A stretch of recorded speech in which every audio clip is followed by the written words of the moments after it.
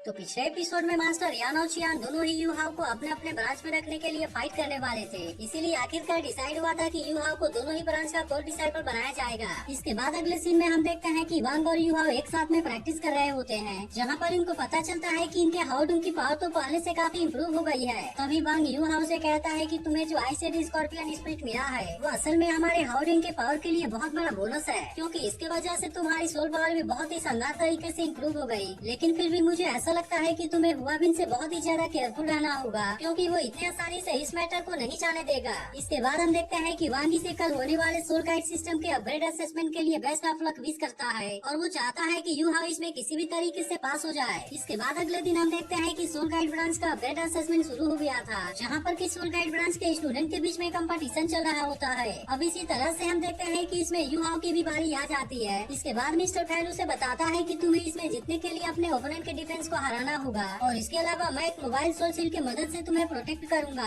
लेकिन फिर हमें पता चलता है कि मिस्टर फैन असल में यूहाओ को 3 लोगों के साथ में फाइट कराने वाला था, जिसके बारे में पता चलने पर वे उससे पूछते हैं कि क्या वो हमें हरा पाएगा। तब इस पर मिस्टर फैन उनसे कहता है कि मुझे उसके ऊपर पूरा यकीन है। इसके बाद हम देखते हैं कि यूहाओ भी इसके लिए पूरी तरह से रेडी हो गया होता है और यहाँ से काइतो भी इनके असेसमेंट को शुरू कर देता है। इसके बाद हम देखते हैं कि वे तीनों भी इसके लिए पूरी तरह से रेडी हो गए होते हैं, जिनमें से टैंग सुई फेंग सेकंड लेवल वाला ग्रेट सोल मास्टर, वू वुल्फिंग 3 रिंग वाला सोल मास्टर और लिंग सुई सेकंड रिंग वाली ग्रेट सोल मास्टर होती है। अब इस तरह से हम देखते हैं कि वे तीनों इसके ऊपर अटैक करने के लिए रेडी हो गए होते हैं, जिसे देख यूहाओ भी तुरंत अपने सेकंड सोल स्किल सिमुलेशन को एक्टिवेट कर लेता है और अब इस तरह से वो इनके ऊपर एक बहुत बड़े वेपन से अटैक करने के लिए रेडी हो गया था। लेकिन वे इसे देखते ही इसे काफी डर जाते हैं और वे इसके अटैक से बचने के लिए अलग अलग जगह पर छुप जाते हैं। जिसके बाद हम देखते हैं कि अब यूहाओ भी इस वेपन का यूज नहीं करता और फिर वो लेवल 2 वाले सोल गाइडेंस थ्रस्टर का यूज करके इनके पास में आने लगता है। इसके बाद हम देखते हैं कि यूहाओ सबसे पहले टैंग सुई फेंग के ऊपर अटैक करने के लिए आ जाता है, जो कि इसका सामना करने के लिए बिल्कुल भी रेडी नहीं हुआ होता।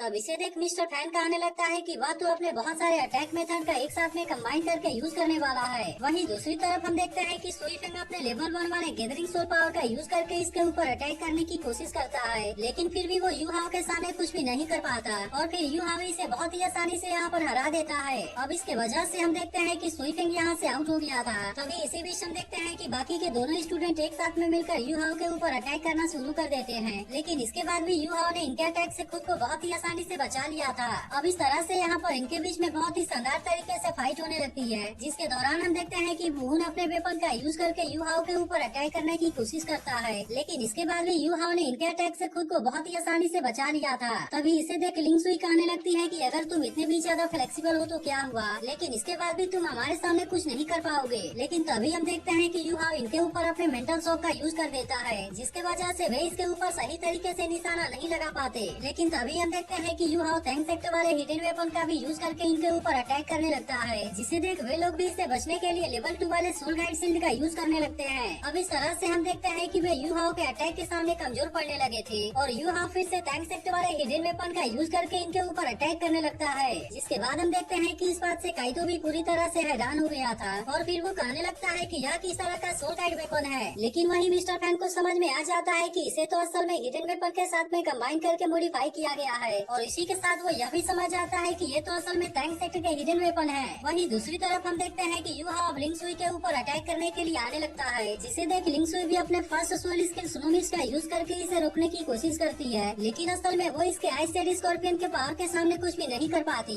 और फिर इस तरह से यूहाओ इसे हराकर यहाँ से बाहर फेंक देता है। तो इस पर लिंग सुई हैरान होते हुए कहती है कि मेरे मार्शल सोल से उसके सोल पावर के ऊपर कोई भी असर क्यों नहीं हुआ। जिसके बाद मिस्टर फैन उससे कहता है कि उसके पास में तो असल में अल्टीमेट आइस है और इसीलिए वो आइस मार्शल स्पिरिट तुमसे भी ज्यादा पावरफुल है। वहीं दूसरी तरफ हम देखते हैं कि वुहुन भी अपने second soul skill triple shadow का यूज करने लगता है और फिर इस तरह से वो यूहाओ के ऊपर लेवल 2 वाले कॉन्सेंट्रेटेड सोल कैनन का यूज करके अटैक करता है, लेकिन इसके बाद भी यूहाओ ने इसके अटैक से खुद को बहुत ही आसानी से बचा लिया था और इसीलिए वुहुन इस बार भी अपने अटैक से इसका कुछ नहीं कर पाता। लेकिन इसके बाद हम देखते हैं कि यूहाओ अपने मेंटल डिटेक्शन का यूज करने लगता है और फिर इस तरह से वो कंट्रोल द क्रेनेट कैप्चर द ड्रैगन का यूज करके इसके अटैक को बहुत ही आसानी से पकड़ लेता है। इसके बाद हम देखते हैं कि उसने इसी में अपने आइस पावर का यूज करके इसके ऊपर अटैक कर दिया था, जिसके बाद वुहुन भी इसके अटैक से बचने के लिए अपने शील्ड का यूज करने लगता है, लेकिन काफी कोशिश करने के बाद भी वो इसके सामने कुछ नहीं कर पाता और अब इस तरह से आखिरकार वो भी यहाँ से आउट हो जाता है। अब इस तरह से हम देखते हैं कि यूहाओ ने यहाँ के सेकंड ग्रेड वाले अपग्रेड असेसमेंट को पास कर लिया था, जिसे देख यहाँ के बाकी बाकी स्टूडेंट भी पूरी तरह से हैरान हो गए होते हैं। इसके बाद मिस्टर फैन बाकी लोगों से भी यू हाउ को इंट्रोड्यूस करवाता है और उसे बताता है कि यह भी काइतू के जैसे मेरा कोर डिसाइपल है। वहीं दूसरी तरफ हम देखते हैं कि वहाँ काफी टाइम से यू हाउ के आने का वेट कर रहा था। तभी कुछ देर में यू हाउ भी यहाँ पर आ जाता है और इसके बदले हुए ड्रेस को देख कहता है कि तुमने तो अपना क्लॉथ चेंज कर लिया। तब इस पर वांग इसे एक नया ड्रेस देते हुए अपग्रेड असेसमेंट में पास होने के लिए कांग्रेचुलेट करता है और फिर उससे कहता है कि चलो मैं तुम्हें एक बहुत ही शानदार जगह पर लेकर जाने वाला हूँ। तब इसके बारे में सुनकर यू हाउ पूछता है कि क्या सियाओ हमारे साथ में नहीं आने वाली, जिसके बाद वांग उससे बताता है कि वो अपने किसी काम में बिजी है और इसीलिए उसने अभी हमारे साथ में आने से मना कर दिया।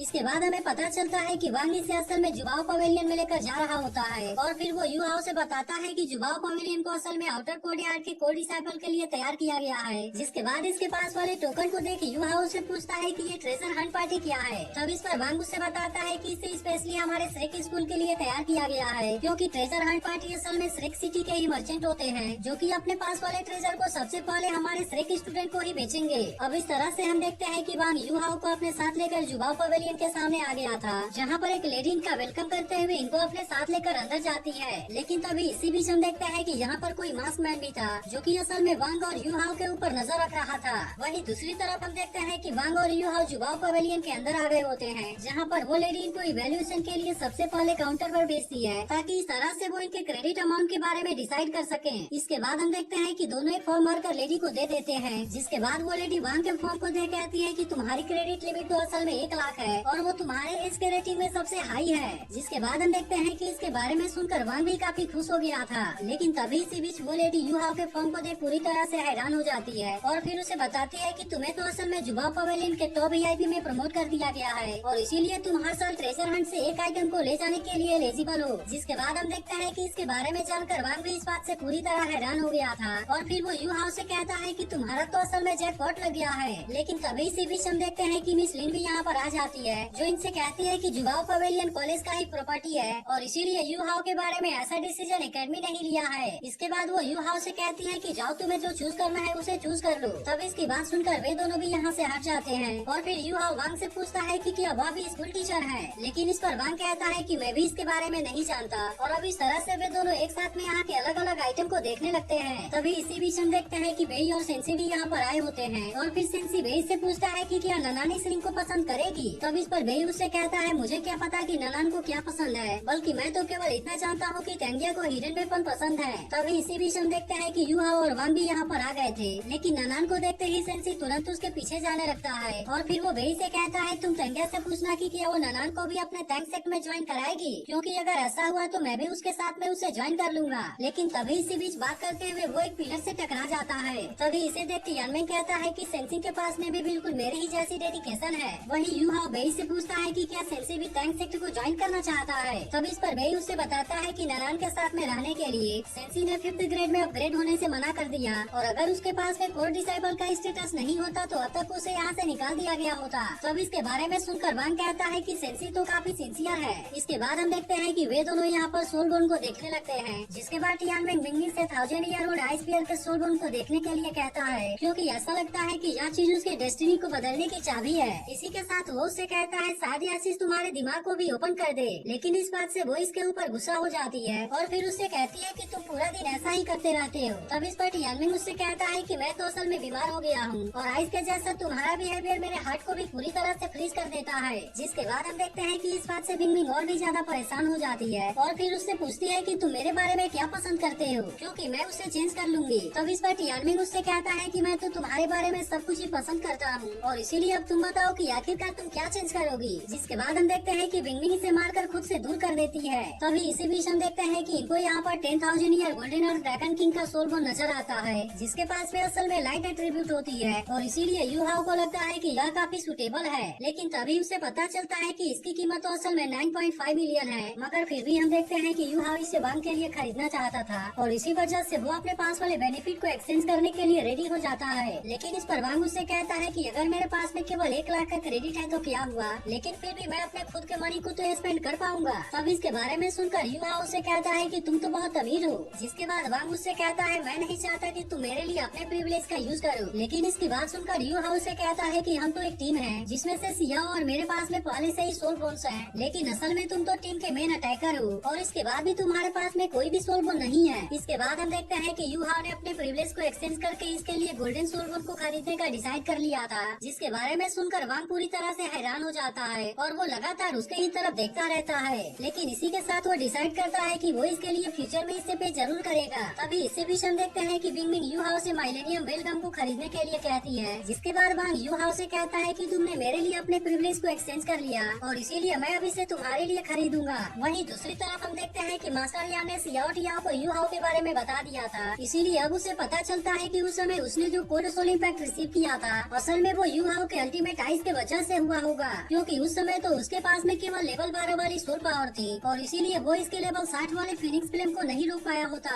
इसके बाद मास्टर यहाँ सोचने लगता है कि सोल पावर में 40 लेवल से ज्यादा का गैप होना बहुत बड़ी बात है और इसीलिए वो समझ जाता है कि एक्सट्रीम आइस भी इस गैप को पूरा नहीं कर सकता। तभी सियाओ टाओ कहने लगती है कि अब तो मैं यू हाउ के अल्टीमेट आइस की मदद से all continent advance academy soul fighting competition में पार्टिसिपेट कर सकती हूँ। तब इसके बारे में सुनकर मास्टर यान उससे कहता है कि बिल्कुल कर सकती हूँ, जिसके बाद हम देखते हैं कि इसके बारे में सुनकर सियाओ टाओ भी इस बात से काफी खुश हो जाती है और फिर वो तुरंत ही यू हाउ को खोजने के लिए निकल जाती है। वहीं दूसरी तरफ हम देखते हैं कि वांग और यू हाउ भी जुबाओ पवेलियन से निकल गए थे, लेकिन तभी इसे बीच में नोटिस करते हैं कि यहाँ का एनवायरनमेंट बहुत ही अजीब लग रहा होता है और फिर इसके बाद वे यहाँ से जाने के लिए गाड़ी के अंदर आ जाते हैं। लेकिन तभी इसी बीच हम देखते हैं कि वो मास्क मैन भी यहीं पर होता है और फिर वो अचानक से इनके सामने आकर खड़ा हो जाता है।